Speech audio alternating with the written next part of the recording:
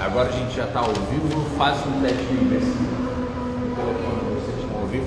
Fernando, aqui não sai minha voz não, né? Ali sai minha voz na caixa? Não, na caixa não. Ok. Se quiser chamar ele, você vai entrar aqui. Tá. Beleza, estamos fazendo alguns testes.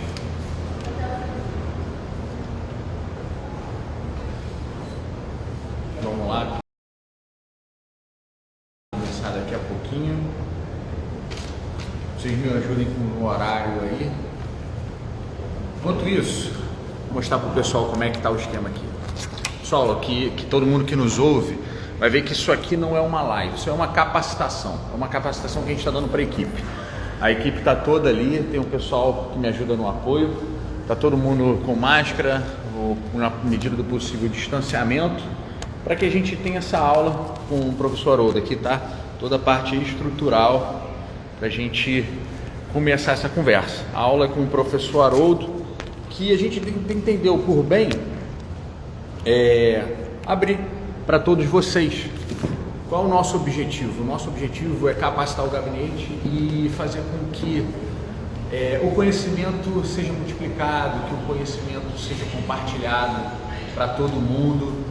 Então é muito importante a presença de vocês, até para que a gente escute as suas perguntas, as suas reclamações, as suas ponderações em relação ao tema da educação, que é a primeira pauta de hoje. Então, esse é um projeto que se chama Papo com Piquet, que é um grande projeto que tem um diálogo com líderes, e agora a gente está na segunda fase, que é aprendendo com experiência. Tá? Como eu falei para vocês, a gente aprende o gabinete, tem um conhecimento de forma linear, e a gente quer divulgar para você. Não achamos suficiente deixar esse conhecimento só conosco, tá ok? Então, já estamos no horário, podemos chamar o Haroldo para começar a falar? Já está? Já são 2 horas? No meu relógio são. De qualquer forma, eu vou ler aqui rapidinho o currículo do Haroldo para vocês. O Haroldo é formado em Ciências Econômicas pela UFES, foi professor e pró-reitor da administração da UFES, secretário de Planejamento de Vitória, secretário de Educação do governo Paulo Artung. O Haroldo foi responsável pela Escola Viva, pelo projeto Escola Viva. Escola Viva foi aquele projeto que mudou a realidade da educação do Espírito Santo. Tá? E também foi secretário de Educação do governo de São Paulo, ficando até 2021. Atualmente é dirigente da organização Profissão Docente, que tem como missão apoiar os estados e municípios na implementação de ações de valorização e qualificação de professores. O nosso objetivo é esse, pessoal, linear o conhecimento com a equipe e compartilhar com vocês tudo que a gente está aprendendo, ok? Podemos convidar o Haroldo? Eu tenho que pedir aqui. Vou tomar isso. Vou responder.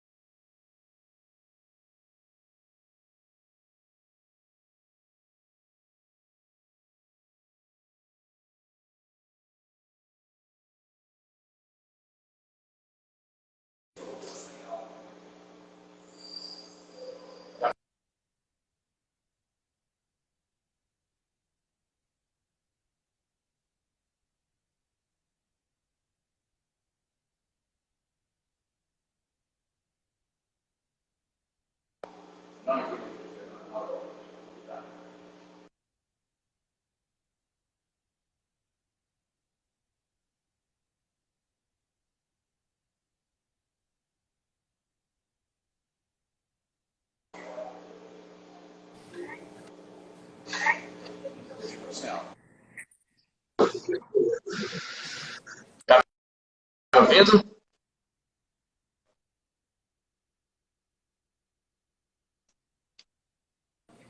Alô, tá me ouvindo?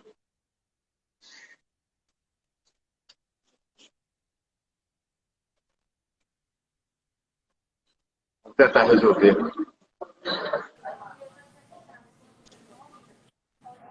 Oi, Haroldo. Que agora a gente vai Ei, Piquet. melhorar. Tá conseguindo me ouvir? Oi, Piquet. Tô Tá me ouvindo, tô ouvindo? ouvindo. Ah, Sim, positivo. E você me a gente só ouve? não tá conseguindo ligar na caixinha aqui. Ok. Como é que você tá, Haroldo? Quanto Você me tempo que a ouve? gente não consegue conversar? Tudo bem com você? Um grande prazer estar aqui com a gente. Eu quero agradecer a oportunidade, Piquet. É uma alegria falar com você. Estou aí à sua disposição. Obrigado. Haroldo, a gente já teve a oportunidade de ler o seu vasto livro, de toda a sua formação pela UFES, a sua passagem pela Prefeitura de Vitória, a sua passagem pelo Governo do Estado como secretário de Educação responsável pelo projeto, liderando todo esse projeto da Escola Viva. A gente também teve a oportunidade de ver que você foi para São Paulo, ajudou na educação de São Paulo. Mas um resumozinho breve, era o pessoal conhecer um pouquinho de você, saber um pouquinho melhor da sua história. Você conseguir dar uma resumida nisso para a gente. Só para a gente iniciar o nosso bate-papo, que vai ser dividido da seguinte forma: a gente vai te apresentar um pouquinho, eu vou deixar você falar, depois a gente vai pedir um pouco da sua contribuição, da sua jornada da educação com o Espírito Santo. Depois vamos evoluir para a gente ver como é que vai ficar a educação ou produto dentro da pandemia. Em seguida, a gente conversa um pouco com o pessoal sobre algumas perguntas, eventuais dúvidas que a gente possa sanar. Algo rápido que a gente está esperando que mais tempo, mas que a gente traga bastante conhecimento para a gente. Haroldo, conta um pouquinho sobre você, para quem está nos assistindo, possa conhecer mais ainda. Bom, Piquet, nós, de fato, temos um imenso desafio. Ainda não vencemos o desafio da pandemia, né? Ainda estamos em índice elevado de contaminação, inclusive de mortes. Estamos na caminhada para vacinar a totalidade da população, mas esse é um desafio que estamos caminhando para vencê-lo. O desafio da educação começa agora, porque nesse segundo semestre é que as crianças estão voltando para a escola e aí o sistema educacional, cada equipe escolar, né, cada diretora, cada coordenador pedagógico, cada professor vão ter que, eu diria assim, se reinventar, né? O desafio é muito grande. Há poucas medidas da não aprendizagem e eu diria até da desaprendizagem. Aqui em São Paulo, na rede estadual, foi feita uma avaliação no mês de março e a situação em que crianças, por exemplo, da fase de alfabetização, regrediram a níveis menores de aprendizagem do que elas tinham em 2019. Parece um pouco absurdo, né, para quem não é da área educacional, mas é isso mesmo, né? A aprendizagem, o desenvolvimento da criança é um processo contínuo. Então, se ele é interrompido, tem coisas que a criança está desenvolvendo e que ela perde, né? Então, a imagem de uma regressão, né, de retroagir a níveis anteriores é verdadeira, né? E para superar isso, tem um grande desafio, mas também tem soluções, né? O grande desafio é a escola conseguir ver em cada criança que não foi desenvolvido e fazer um esforço personalizado. É gigante esse desafio, porque a escola, de um modo geral, lida com cada turma como se fossem iguais, né? E é óbvio que uma criança que teve condições de se conectar nas aulas remotas, que enfim, se tornou familiar com a tecnologia, ela aprendeu mais do que uma criança que não tinha o smartphone para conectar, uma criança que não tinha internet, ou uma criança que às vezes tinha todos os recursos, se conectou, mas ela não se adaptou ao ritmo da educação remota, porque na tela tem um ritmo diferente do presencial. Então, o que a gente vê é que as turmas, né, os grupos de crianças, são vários grupos que vão precisar de um atendimento personalizado, né? E vai precisar de medida, de aplicação de testes, de avaliação, para ver o que cada grupo de crianças desenvolveu e o que não desenvolveu, sobretudo, e aí a escola fazia um esforço personalizado para cada criança e para cada grupo de crianças.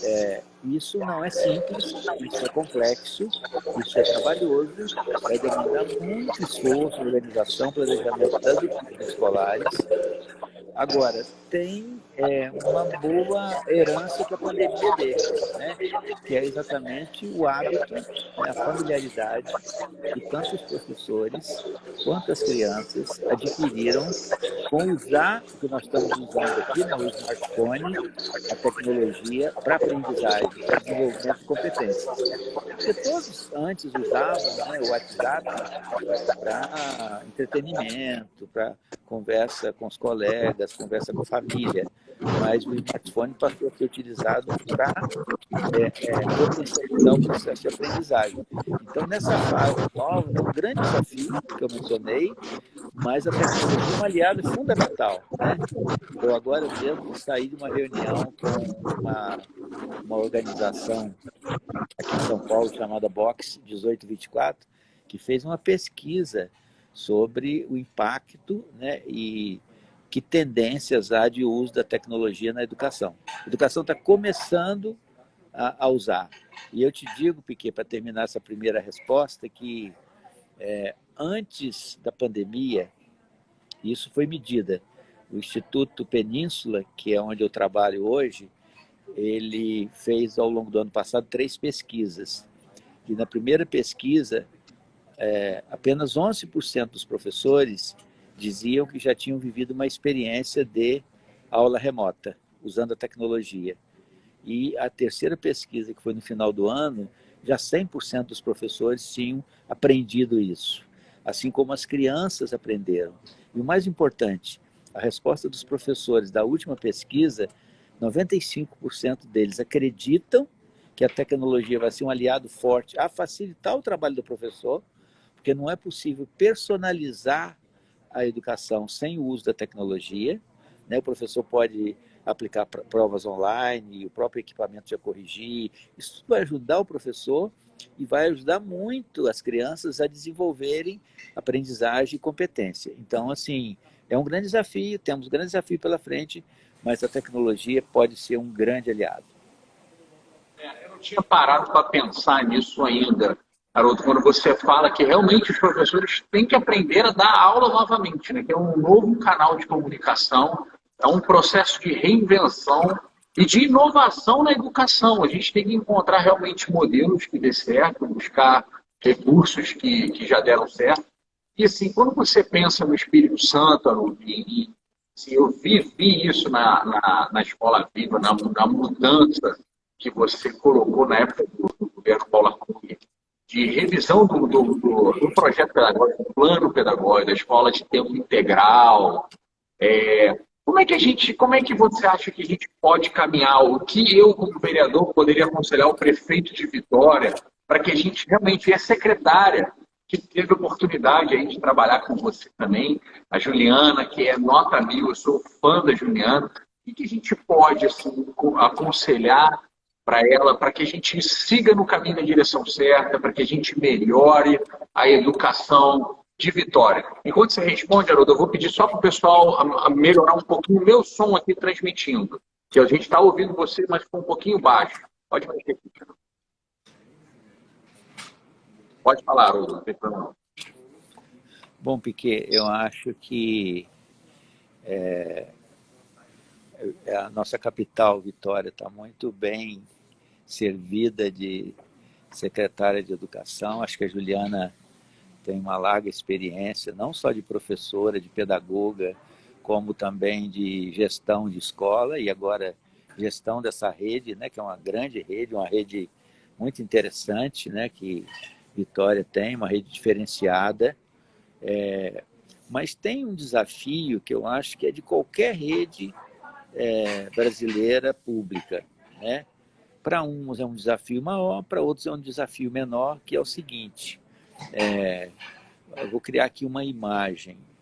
Acho que o município deveria conhecer, ou por pesquisa eletrônica, né, que você pode fazer para a família responder, ou até em determinadas situações, a gente sabe que às vezes as famílias vivem em condições muito precárias, talvez até com pesquisadores indo ver. Nós precisamos garantir que toda criança tenha um equipamento, seja um smartphone, seja um tablet, seja um notebook, né? Toda criança tenha um equipamento e tenha acesso pleno à internet, né? Então, assim, isso é um desafio que a pandemia trouxe. Porque antes, Piquet, desde 2007 que eu estou trabalhando com uma rede estadual, e o que acontece? A gente pensava sempre em como equipar a escola, né? A melhor internet para a escola, a melhor... Só um minutinho, Piquet. Ei. Chegou uma turma aqui de uma reunião, desculpe aí, tá? Mas, enfim, então eu estava dizendo que antes da pandemia, nós gestores, né, e a Juliana certamente vai confirmar isso, nós pensávamos assim, como é que nós vamos conectar a escola? Melhor internet para a escola, para a unidade escolar. Como é que nós vamos equipar a escola, o laboratório de informática, os equipamentos da escola? Isso continua sendo importante, mas ainda, né, tem que ter a melhor internet na escola, 20 gigas, 30, tem que ver, né, o que atende a cada situação. Tem que ter os equipamentos, os notebooks para as crianças usarem na escola, mas tem que ter o equipamento para a criança ter em casa, né? E assim, eu acho que o poder público, e aí no caso o município, tem que investir nisso. Isso custa dinheiro, mas não é impossível, não é um custo intransponível, não é um custo que o poder público não suporte. Porque daqui para frente, por exemplo, as crianças estudam geralmente ainda, né, meio expediente, né? Então, o outro expediente que ela está em casa, ela pode estar aprendendo, né? E no caso da prefeitura que atende a educação infantil, as crianças pequenas, as crianças já de 4, 5 anos que já estão começando a alfabetização, mesmo que a criança, por ser muito bebê, ainda não use, mas a escola pode usar para dar boas instruções para a família apoiar a sua criança no seu desenvolvimento, entendeu? Então, assim, eu acho que a tecnologia veio para ficar, é preciso investir nisso, tem que ter um programa robusto, sem miséria, entendeu? Tem que investir pesado nisso, para que, não só para esse pós-pandemia imediato, mas a educação daqui para frente vai ser educação sempre com a mediação da tecnologia. Entendi. Então, Haroldo, assim, além de equipar, a gente tem que pensar na educação, além do equipamento, da unidade escolar, a gente tem que pensar também no equipamento para os próprios alunos, os próprios professores, para ter condição de fazer esse processo de evolução, né, de ensino remoto.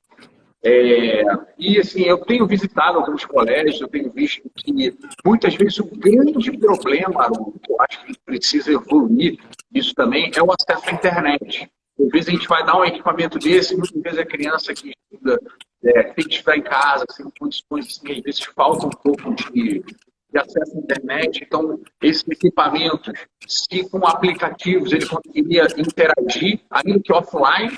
Então, isso é legal também, a gente tem que pegar esses esses processos, esses sistemas novos, essas metodologias novas de educação, e é isso que a gente pretende fazer por agora, é pesquisar, entender as necessidades que o colégio precisa, para a gente conseguir levar isso para a prefeitura. Eu agradeço, aproveito a oportunidade para dar um abraço a um monte de gente falando. O vereador Armandinho entrou, o Felipe Nietzsche entrou, o Rafael está aí, tem muita gente entrando, assistindo. Eu fico feliz com a participação de todo mundo e com certeza as pessoas estão aqui para te escutar, professor. Pode ter certeza disso. Eu sou um mero coadjuvante nessa conversa. Então, Haroldo, hoje, o que a gente percebeu aqui na educação do município? Eu tenho muito receio de uma evasão escolar muito alta. As crianças, Haroldo, ficaram praticamente, estão aí 1 ano e meio fora do colégio. 1 ano, pelo menos, fora da escola. Você já passou, já deu um sinal importante, um olhar diferenciado. Mas o que você acha que a gente pode fazer para realmente retornar essa criança para a escola? Porque eu fui jovem, e a maioria dos jovens não gosta de ir para o colégio estudar. Eles já não gostam naturalmente de ir para o colégio estudar. Depois de 1 ano fora, para a gente incluir essa garotada na escola, ela tem gosto de estudar. Assim, obviamente, a educação tem que ser uma obsessão nacional. Tem que ser uma obsessão. Todo mundo tem que percorrer a educação. Mas como que a gente faz para aderir essas crianças na escola? O que o senhor aconselha para a gente realizar, para a gente buscar essa criança e manter ela dentro da escola? Olha, Piquet, é importante sua pergunta. Você deve se lembrar, porque nós, durante um bom tempo, estivemos juntos no governo, e tanto o governador Paulo Artung quanto eu sempre falavam o seguinte: educação não pode ser confundido com escola, né? A educação, ou seja, a formação do ser humano, do indivíduo, do cidadão, depende de várias coisas, mas tem 2 instituições absolutamente essenciais, na ordem: a família e a escola.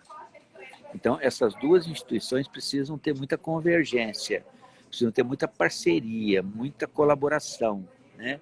Então, a imagem que eu tenho hoje, que eu queria compartilhar com vocês, que eu já, na pergunta anterior, eu antecipei um pouquinho, é o seguinte: o desenvolvimento das crianças, eu estou falando desde o bebezinho lá de 6 meses, né?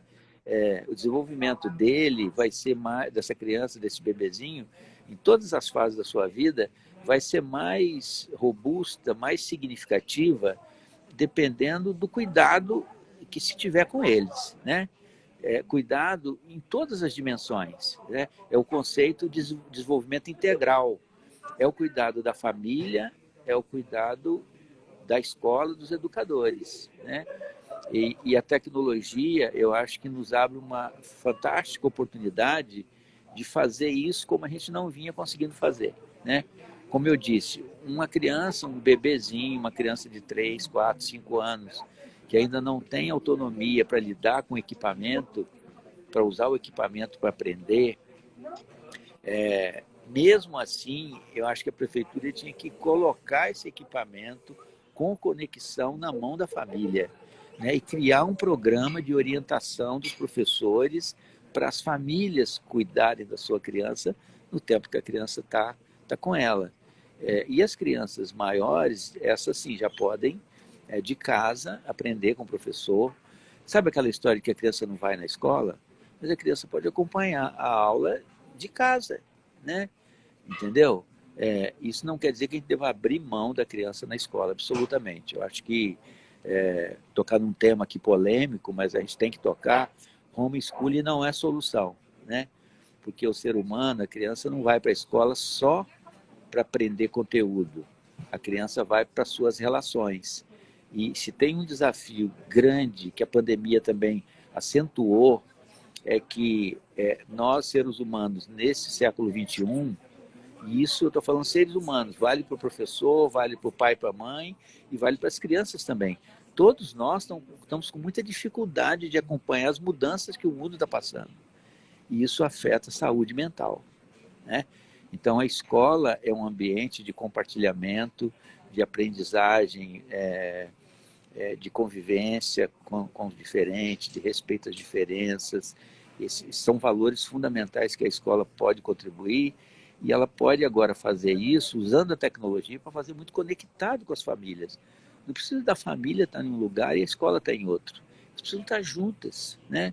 Então, assim, garantir às crianças a escola como um ambiente de convivência, de compartilhamento, né, de construção de valores, de respeito, né, às diferenças, de respeito aos outros, e, ao mesmo tempo, aproximar a família da escola.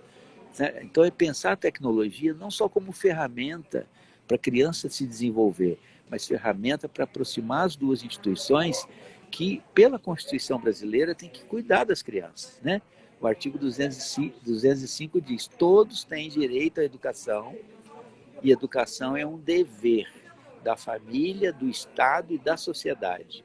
E eu vejo assim, sabe, porque nesse momento difícil da educação, o desafio é muito grande, mas eu vejo a tecnologia como uma aliada incondicional, não só para a relação do professor com a criança, com o aprendiz, com o aluno, com o estudante, mas também da relação do professor da escola com a instituição família, né, para juntar os esforços num sistema colaborativo cujo foco é apoiar o desenvolvimento da criança, para que a gente garanta a todas as crianças uma aprendizagem de alto nível, coisa que a gente não está conseguindo fazer, não estavam conseguindo fazer com a escola presencial só, e agora nós podemos, com a escola presencial e com a tecnologia, dar um grande passo à frente.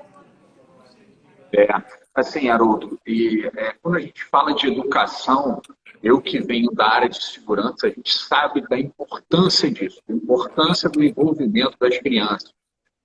Fazendo uma análise da questão de educação e escola, hoje as crianças que estão fora da escola não estão envolvidas e não têm essa outra instituição que você traz, que é de responsabilidade dela, que é a família, como um detentor, né, como uma dos responsáveis pelo processo de educação, são crianças que estão postas com a sua mão de obra para o tráfico, que é realmente que gera violência, que gera os homicídios, tudo que aqui no Estado a gente está começando a elevar o homicídio, começa a preocupar novamente a questão da segurança pública, e nos preocupa muito essa parte da evasão escolar, da manutenção das escolas. Foi noticiado esses dias que as creches têm 1.900 vagas, ou seja, as pessoas não estão indo matricular seus filhos. Isso é algo que realmente nos preocupa, e vamos começar a fazer esse diálogo para que todos tenham a responsabilidade. A sociedade, como bem você falou, a família e o município entregando tecnologia como ferramenta não só de instrução, mas sim de junção de todos os responsáveis. Haroldo, como a gente já está chegando já aos 20 minutos, eu vou passar para umas perguntas, tá? E a pergunta que foi feita, que veio aqui pela internet, é o seguinte: um dos principais desafios da educação remota é que os estudantes e pessoas tenham aparelhos que possibilitem acesso à internet. Como lidar com essa realidade no Brasil? Então, ele questiona a tecnologia e o acesso à internet, essa relação. Quem fez a pergunta foi o Gilson. Gilson, obrigado aí pela ajuda. Haroldo, está com a bola.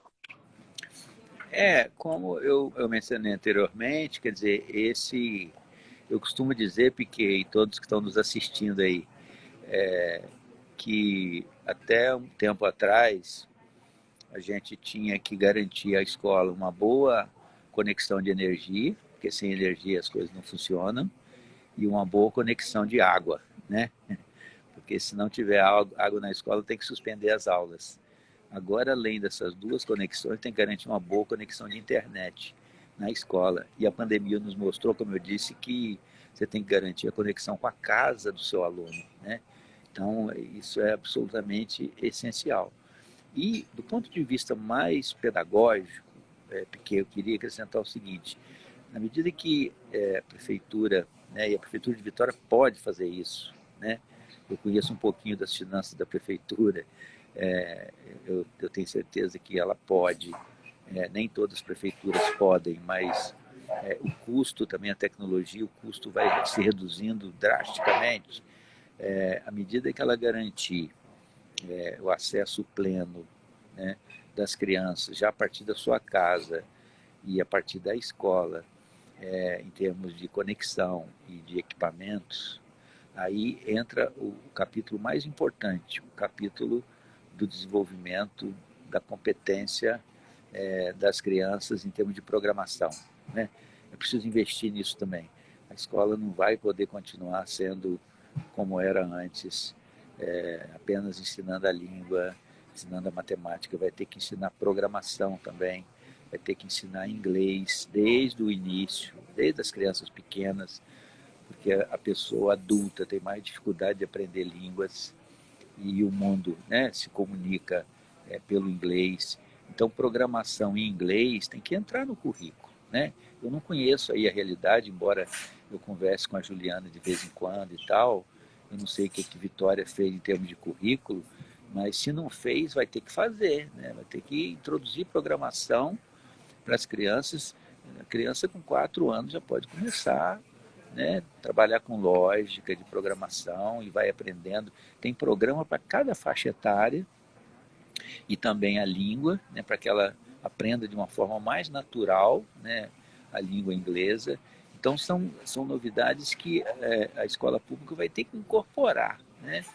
E, Piquet, eu queria te dizer o seguinte, há 15 anos atrás, as discussões todas que se fazia, tanto na educação como daqueles especialistas que ficam pensando o futuro, a gente falava muito, você deve se lembrar disso, né? A gente falava muito de robô, de máquina, né? Sabe? Hoje, smartphone, eu acabei de ver uma informação agora, numa apresentação que eu estava participando, que no Brasil, 79,3% das pessoas que têm mais de 10 anos de idade já dispõem do smartphone. Tá? O smartphone é um computador, dá acesso a tudo. Então, tudo que você quiser aprender, você aprende com o smartphone com conexão. Né? A nossa questão agora já não é mais de equipamento, o equipamento está muito barato, né? Obviamente eu não estou falando de iPhone para todo mundo, né? Smartphone tem equipamentos de todo custo, tem equipamentos de custo barato, né?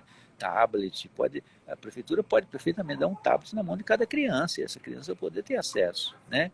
Se não der para fazer tudo de uma vez, vai fazendo por camadas, mas ao longo de 1 ano, 2 anos, você consegue fazer isso.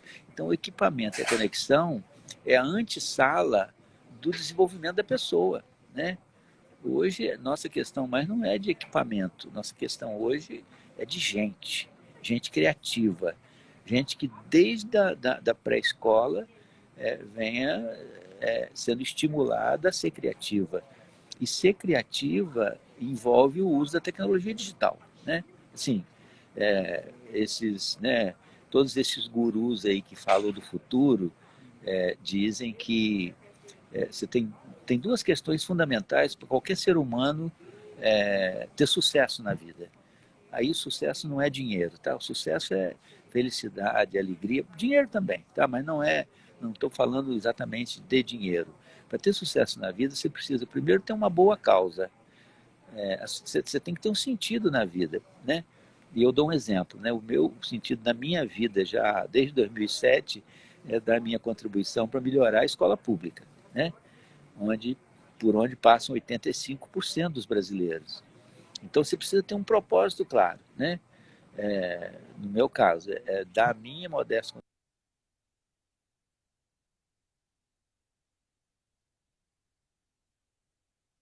E a conexão do Haroldo, enxergar o que alegra o seu coração e trabalhar em torno disso, e precisa incorporar no que ele vai fazer a tecnologia, né? Então, assim, o desafio para os educadores é isso. Aprenderam, a pandemia forçou a aprendizagem, agora não pode recuar, tem que seguir em frente para fazer com que as crianças possam, de fato, se desenvolver em níveis adequados para o século XXI. Porque é importante o professor entender que nós estamos no século XXI. O século XXI é totalmente diferente do século XX. E as nossas escolas ainda são do século XX, né? Acabei de ouvir agora também o seguinte: a sala de aula acabou. Sala de aula, o professor fica dando aula, isso não faz mais sentido. nem para as crianças de 4, 5 anos. A sala de aula, a antiga sala de aula, tem que ser um ambiente de troca, de compartilhamento, de colaboração, de construção, né? Aprender conhecimento, aprende pelo equipamento, com boa conexão, né? E se você pensar, por exemplo, o que a gente ganha com a tecnologia? Imagine que o professor antes dava uma belíssima aula de matemática e depois que ele terminava, pronto, ela não existia mais. Quem aproveitou, aproveitou. Agora não. Agora ele pode dar uma aula de matemática, uma belíssima aula, ela fica gravada e os alunos podem rever essa aula quantas vezes eles quiserem, entende?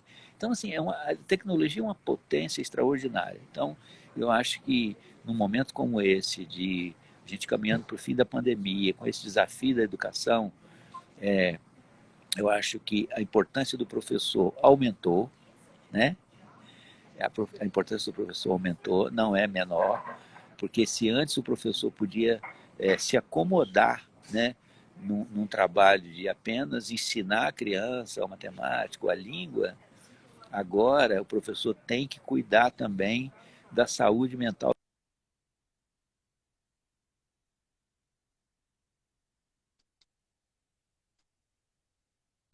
o bem-estar do indivíduo.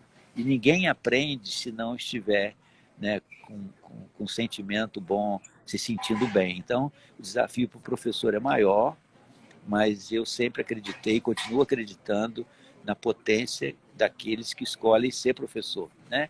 E eles vão vencer esse desafio, eu tenho certeza, de uso da tecnologia e dessa conexão com a família, para a gente poder fazer com que todas as crianças... Quero repetir isso, porque nós no Brasil nós estamos perdendo o jogo, não é de ter escola, nós estamos perdendo o jogo da aprendizagem. Escola para todo mundo já tem, né? Você estava me dizendo aí, tem criança que não vem para a escola, mas a escola está lá e tem a vaga dela. O problema é a família ser responsável, garantir que a criança esteja lá, e a escola ser competente para todas as crianças se desenvolverem. Porque na alfabetização, que é forte nas prefeituras, 50% das crianças não saem com alfabetização plena. E isso nós temos que mudar. E eu acho que pós-pandemia, embora desafiante, a gente sai com muito mais possibilidades, com muito mais oportunidades. Bacana, bacana. Eu estou nesse desafio também, Haroldo. Eu confesso, meu filho está com 1 ano e 7 meses, é uma criança nascida às vésperas da pandemia. Eu estou passando esse desafio de educação, de ensinamento, tentar colocar. Eu sou filho, né, de 2 professores, então a cobrança lá em casa é bem mais difícil, é bem maior, é muito ensino. E quando a gente recebe essa incumbência dos nossos colegas de presidir a Comissão de Educação, a gente fica muito feliz para fazer essa diferença. E quando você falou na questão do sucesso, né? O sucesso é o propósito, é uma construção. Eu faço questão de trazer uma frase que eu ouvi do diretor. Que nem toda a criança que entra na escola tem a intenção de ser doutor. Ela pode seguir outros caminhos, seguir na prática. E aquilo, de repente, assim, a construção do ser humano, o desenvolvimento do ser humano que a gente deve educar, a aprendizagem, né, no sentido real da palavra. É esse o sentido. Mas, Haroldo, tem mais uma pergunta aqui, que é a pergunta vinda aqui do nosso gabinete. Tá? Como diminuir, tá? Como a gente pode combater essa desigualdade territorial nas escolas de Vitória em relação ao IDEB? O IDEB, aqui em Vitória, a gente tem escolas em posições com IDEB muito baixo, outras maiores. A gente tem uma desigualdade na parte até do processo de avaliação, no rendimento. O que você sugere para nós, para a gente combater essa desigualdade em meio desse tempo tão difícil, complexo e moderno? O que você sugere? Porque eu conheço um pouco aí, né? Eu sempre acompanhei, eu fui secretário de Educação por 8 anos, então, embora fosse do Estado, a gente tinha muita interação com os municípios, né? E eu sempre acompanhei a situação do desempenho, digamos assim, da educação de Vitória. pelo volume de investimentos, né, que a rede teve ao longo do tempo, pelo padrão de remuneração do Vitória, tem uma situação diferenciada para melhor em termos de infraestrutura, de qualificação de professores e tal. Mas isso não está se traduzindo em altos níveis de aprendizagem das crianças, né? Então, aí tem uma defasagem. É muito difícil para quem está de fora, como eu, dizer que isso é determinado por isso ou por aquilo, mas eu tenho que dizer com muita responsabilidade e com muito respeito aos educadores da Prefeitura de Vitória, que eu sei que são dedicados, que há coisas a serem feitas aí, novas, né? Tem uma questão que é mais de ordem geral, que eu mencionei, que certamente se aplica aí também, né? Nós não podemos fazer no século XXI a mesma educação do século XX, né? Aquilo que eu mencionei, tem que mudar a configuração da escola, entendeu? As crianças hoje, elas acessam tudo pela internet, a convivência de uma criança, né? Quando eu lembro do meu tempo, né? A gente convivia com poucas pessoas. A criança hoje, numa cidade como Vitória, ela convive com a multiplicidade de pessoas. Então, as crianças hoje são muito falantes, interativas, e às vezes a escola está tolhendo isso, né? A criança precisa trocar com a outra criança, né? A escola não pode permanecer, teimar em ser um ambiente que o professor ensina e a criança aprende. Não é mais assim, né? A escola tem que ser um ambiente, como eu falei, de encontro, de troca, né? Às vezes, tem crianças que vão aprender muito mais com o colega do que com o professor, né? O papel do professor mudou, né? Repito, eu não sei como está aí, mas aqui eu deixo algumas dicas, né, para os educadores que estão nos ouvindo aí. As crianças, elas hoje, elas gostam disso, gostam daquilo, elas querem isso, elas querem aquilo. Uma criança pequena, né? Eu me lembro, eu já era grande, não sabia, não tinha muita ideia do que eu ia fazer na vida. As crianças já estão, né? Elas mudam também, entendeu? Mas não é incomum uma criança de 8, de 9 anos falar, eu quero ser médico, oncologista, né? Que é uma especialidade, sabe? Acontece isso. Ela pode até mudar e é normal que mude. Mas as crianças hoje têm interesses específicos. A escola tem que se organizar a partir dos interesses específicos dos estudantes, né? Tem uma ferramenta que tem sido muito utilizada, e aqui em São Paulo a gente aprofundou isso quando eu estava na secretaria ainda, que é uma matéria, uma disciplina, né? Projeto de vida. Aí no Espírito Santo, nas escolas vivas, que agora, né, mudou o nome, mas nas escolas de educação integral e tempo integral, eu quero crer que as escolas que a prefeitura também tem, infelizmente é um número pequeno, não avançou na prefeitura, mas tem que ter mais escola integral, educação integral e tempo integral. Por exemplo, no 6º ou 9º ano, que é o momento da adolescência, o momento mais difícil da criança, muitos se perdem no 6º ou 9º ano. Então, o projeto de vida é um trabalho que professores treinados para um trabalho específico desenvolvem com as crianças, que elas já vão pensando no futuro, né? E aí, dado o interesse, a pessoa, o ser humano, quando tem o interesse, ele vai atrás, né? Ele vai estudar, ele vai aprender, né? Então, por exemplo, uma criança, mesmo que pequena, que tem alguma identidade, às vezes é porque o pai e a mãe são médicos, ou tem um amigo que é médico e se encanta, né? Às vezes de uma forma superficial. Ela vai saber que ela precisa estudar química, né? Precisa estudar biologia, né? Precisa estudar o ser humano. Então, ela vai ter mais interesse. Então, a escola precisa se organizar a partir do interesse das crianças. A equipe da escola, os professores, a equipe pedagógica tem que se preocupar com isso, de ver qual o interesse da criança e trabalhar com cada criança a partir do seu interesse. Isso muda a realidade. Isso com certeza vai mudar o resultado da rede, né, de escolas de Vitória, porque todas as outras condições estão dadas. Eu acho que precisa, eu acho que o problema é mais desse ajuste fino na organização da escola, no foco, né? E eu termino, Piquet, dizendo o seguinte: até um tempo atrás, né, eu, quando comecei em 2007, a gente falava muito ensina, ensina. Ensina é a escola do passado, em que o professor ensina. O professor era o detentor do conhecimento.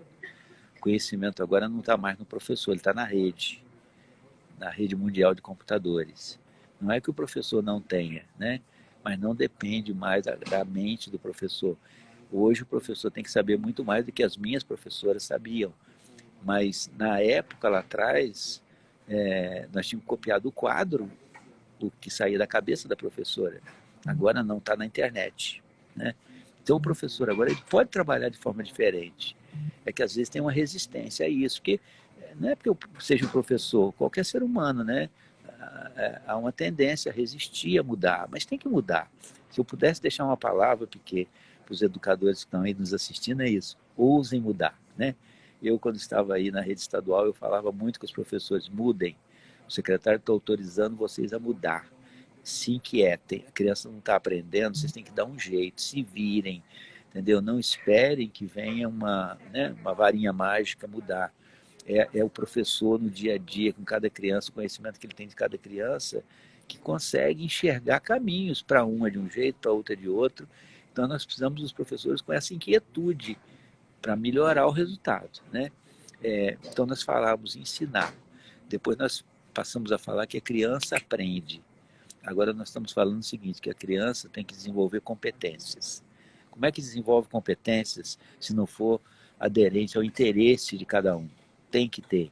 E o professor tem que estar atento a isso, né? Não pode ser um professor mais que queira ensinar a mesma coisa para todos, de forma igual, porque os seres humanos são diferentes, sobretudo a escola pública, né? Porque nós temos crianças de famílias muito pobres, aí a desigualdade social do nosso país, e Vitória tem isso também, embora em menor escala, né? Uma criança de classe média, né, de renda melhor, tem acesso a tanta coisa que uma criança muito pobre não tem. Então, o professor tem que ter esse olhar diferenciado.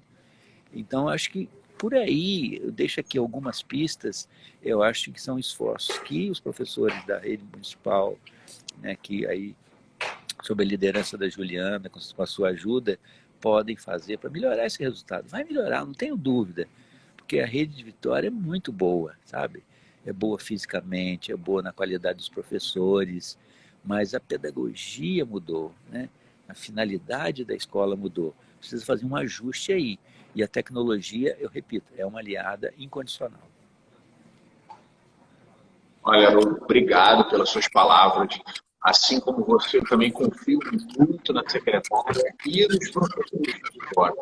Eu acredito muito no processo, né, nessa evolução, nessa transformação com muita ousadia e na individualização, realmente, do ensino. Fico feliz em vê-lo novamente, em poder conversar novamente com o senhor. Sabe que eu sou um fãzão do senhor. Onde eu passo, eu falo: caramba, eu trabalhei com o Haroldo no governo Paulo, eu faço questão de falar. Com certeza, suas palavras servirão de norte para o nosso trabalho, servirão de base para quem nos está assistindo e quem vai nos assistir.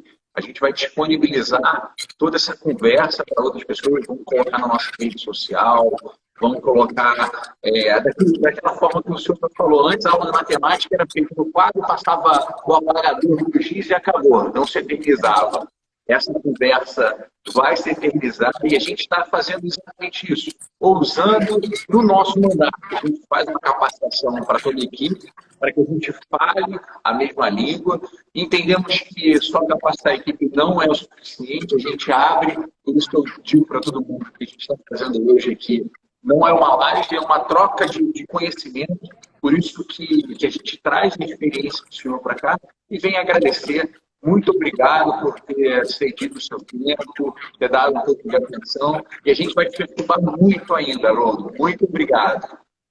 Porque eu que agradeço. Eu queria apenas, para terminar, dizer que eu sei que a sua área profissional é a área de segurança.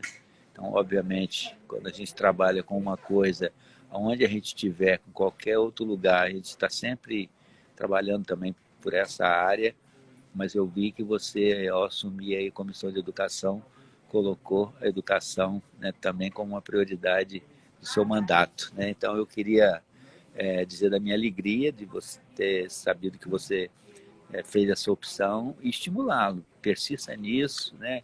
Colabore aí com a secretaria, com a Juliana em particular, e que eu gosto muito e acredito muito na competência dela para a Vitória achar um caminho aí de inovação para ter só escolas do século XXI, né? Eu acho que o meu lema é isso, né? Nós precisamos ter escolas do século XXI, porque o século XX já ficou para trás, e aí tem que fazer transformação. As escolas vão ter que se reinventar, né? Isso para alguns é mais doído, para outros é menos, mas eu sempre acreditei na força do professor, na capacidade, no idealismo, na competência. Eu tenho certeza que as professoras e os professores aí da rede estadual, sob a liderança da Juliana, com seu apoio, vão fazer uma rede aí sensacional de escolas todas do século XXI. Muito obrigado, um abraço para todo mundo. Sem dúvidas, mais uma vez, muito obrigado, Haroldo, muito obrigado. Vamos disponibilizar essa aula do professor nas nossas redes sociais, no podcast. Haroldo, um grande abraço, fica com Deus, não estamos à disposição. O mandato é de todo mundo. Ok, tchau. Grande abraço, até logo, tchau, tchau.